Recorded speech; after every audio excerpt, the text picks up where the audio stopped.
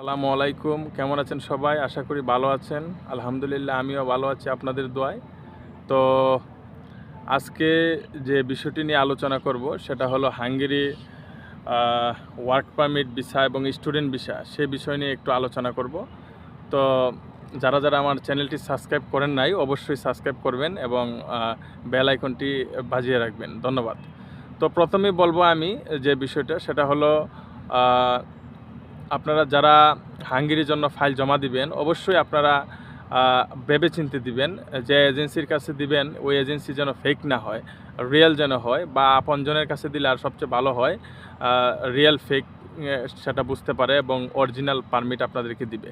তো কেননা সে বিষয়টি বলতেছি, হাঙ্গেরি এখন বর্তমানে অ্যাপয়েন্টমেন্ট ডেট দিচ্ছে না বললেই চলে। কেন দিচ্ছে না সেটারও কারণ আছে।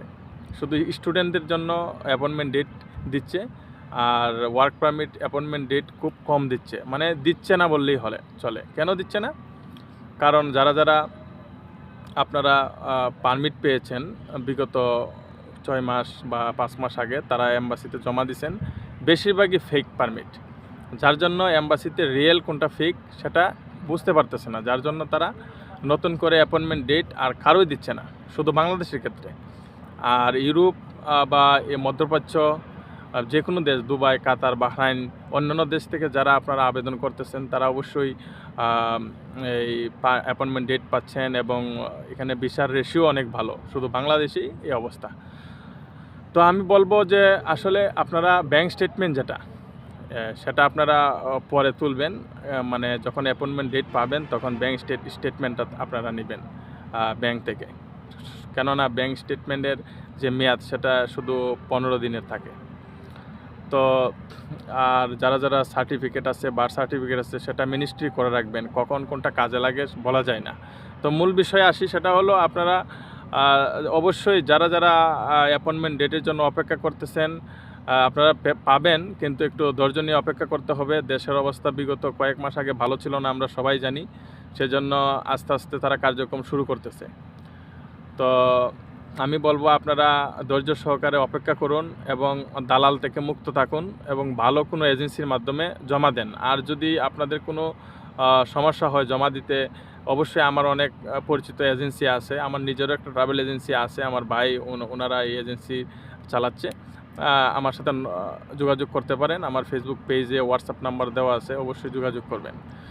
তো আমি বলবো আপনারা একটি কথা আমি বিগত ভিডিওতেও বলছি যে আপনারা স্কিল ওয়ার্কার হবেন। আপনারা যদি দক্ষতা না থাকে তাহলে আপনারা কিন্তু বাহিরে গিয়ে কোনো কাজ করতে পারবেন না, এবং বর্তমানে এক্সপিরিয়েন্স ছাড়া আপনারা ইন্টারভিউতে যখন ফেস করবেন তখন আপনার ভিসা রিজেক্ট হবে। আপনাকে ইন্টারভিউতে তারা ফেল দেখাবে, আপনাকে প্রশ্ন করবে। আপনি যদি ওই বিষয়ে না জানেন যে বিষয়ে আপনি যাচ্ছেন, তাহলে তো আপনাকে তারা ভিসা দিবে না। সুতরাং আপনারা সবসময় চেষ্টা করবেন স্কিল হওয়ার জন্য। তো আমি মনে করি আপনারা স্কিল অবশ্যই হবেন, এবং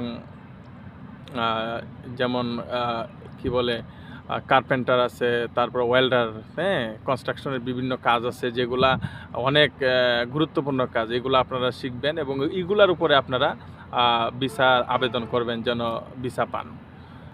মানে আপনার যে আত্মীয়স্বজন আছে বা যে এজেন্সির মাধ্যমে আপনারা যোগাযোগ করবেন তাদেরকে অবশ্যই বলবেন যে আমি এই কাজ পারি, ওই কাজের উপরে আপনারা একটা ওয়ার্ক পারমিট ব্যবস্থা করেন। তো আমি আজকের ভিডিওতে আসলাম মূলত অ্যাপয়েন্টমেন্টের বিষয়ে কথা বলার জন্য। অলরেডি আমি বলে ফেলছি যে অ্যাপয়েন্টমেন্ট ডেট কেন দিচ্ছে না। আপনারা ওই যে ফেক পারমিট হওয়ার কারণে বাংলাদেশের মেজরিটি লোকই ফেক পারমিট এম্বাসিতে সাবমিট করছে, যার জন্য তারা অ্যাপয়েন্টমেন্ট ডেট দিচ্ছে না। তবে ধৈর্য ধরুন, অল্প কিছুদিনের মধ্যেই আবার শুরু হয়ে যাবে অ্যাপয়েন্টমেন্ট ডেট।